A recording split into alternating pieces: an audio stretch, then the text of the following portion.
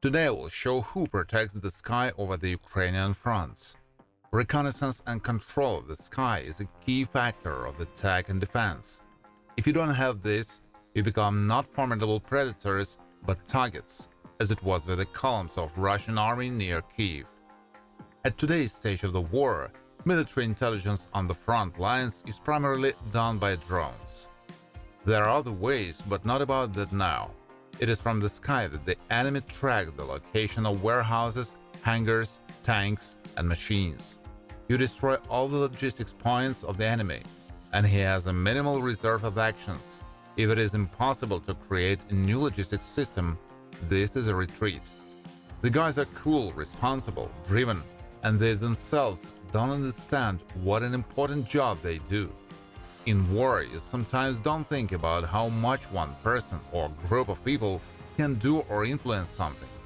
But if you look at things from the outside, it is an incredible, invaluable contribution. Every destroyed aircraft in the sky is time and resources. In combat, it's life and health. Of course, the destroyed plane gives the most time. Airstrikes are the worst fear you can have. Everyone who has ever experienced it knows this. But in our case, it is difficult to destroy the enemy's air capabilities because Russia has an incredibly large stock of combat aircraft.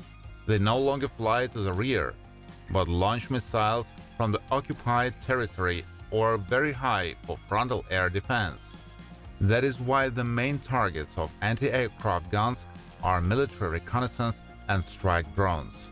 Many lives depend on the anti-aircraft missile division. Their own, their crew, those whom they saved by destroying the targets, and also those who will be saved by the equipment and those infantrymen who will be saved thanks to the anti-aircraft guns.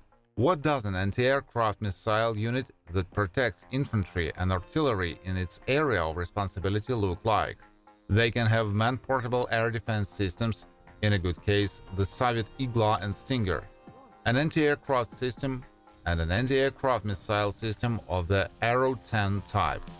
This is a mobile group that goes to a dangerous zone a couple of kilometers from the front line and never stays in the same place. To carry out launches, they select certain combat positions which must also constantly change. They, like predators, hunt for serious goals. They live by it. Shooting down a plane, a missile or a dangerous drone is like killing a mammoth for them. As you remember, our manpad operators played an important role in Gostomel on the first day of the big invasion, shooting down the first helicopters that flew into size the Antonov airport. There is a stereotype that the Zu-23-2 is the main effective weapon of the Ukrainian anti-aircraft fighters. This is an automatic double-barreled gun weighing 950 kilograms. I don't know how true it is that in World War II it was with its help that the Soviet troops shot down the most German planes. But in the 21st century, aircraft have advanced so much that it is an ineffective weapon in this case. Firstly, their effective operating range is only 1.5 kilometers. Secondly, there is no automatic guidance. Imagine what a miracle it would take to engage a fast-moving target at a distance of near 2 kilometers. And 2 boxes of 50 cartridges weighing 35 kilograms each are only enough for automatic fire of 4 seconds. In addition, at the front, it is used attached to the base of the MTLB, which makes its arrival very noisy. The enemy at such a short distance knows in advance about its arrival. That's why you have to act super fast, shoot and run away. Another disease of this installation is the barrel, which wears out very quickly from automatic fire. That is, it can be concluded that the effectiveness of this technique is not high.